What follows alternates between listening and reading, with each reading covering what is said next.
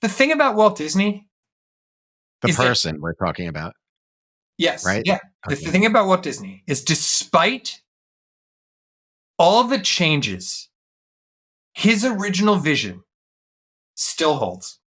So Walt Disney created the concept of the franchise.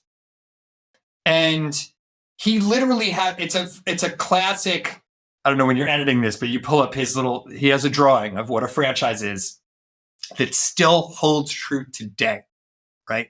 And he envisioned this concept of IP being more than just an expression of like a movie, right? Did it with theme parks and all, at TV. Like, I mean, he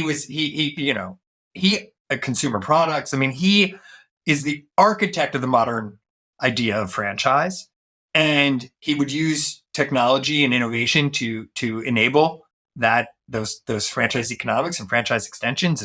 And I think that the core principles of what Walt described are just still totally there. So like everything is just an extension of that IP. And so he always put creator and creative at the center. And I believe that, right? I think you have to start there. And then, because it doesn't matter how good the technology is or how open the platform is or that stuff doesn't matter if people don't like it.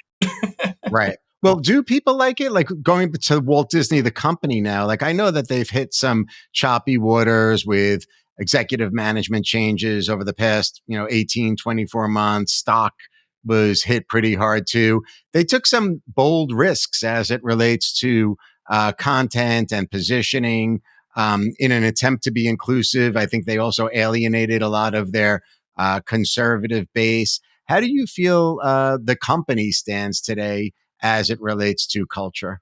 Well, having been, I did 2 stints at Disney, right? They I acquired know.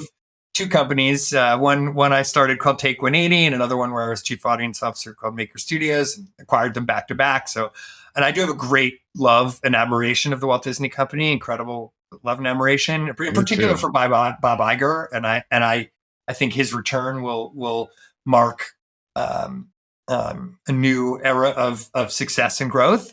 I agree.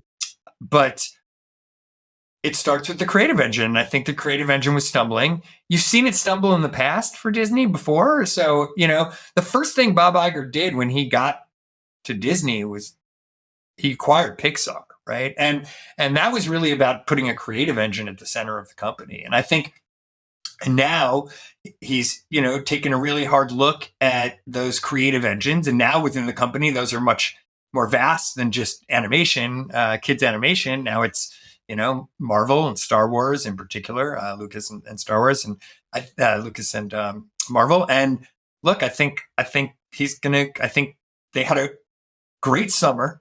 Like, I don't think anyone would have said, "Oh, Inside Out 2 will be the highest grossing animated film of all time," which it is. And then coming on with sort of the extended stuff, even the last weekend, Aliens, Romulus, which opened up to over $40 million, was a Disney movie. Like, it's not Disney branded, but it was part of their Fox acquisition, and they've really leaned into that. I'm extremely bullish on Disney. I would say the number one reason I'm bullish on Disney is because I believe in IP. And at its core, Disney owns the most valuable entertainment IP in the world by far.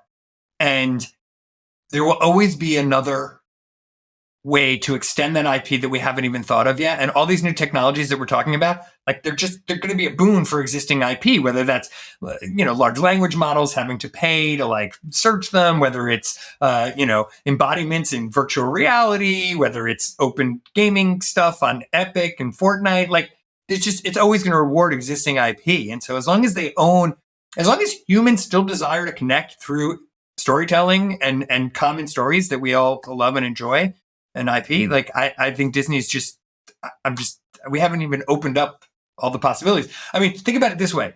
When Star Wars, the movie, came out in 1977, the business model for that movie was one row in a spreadsheet.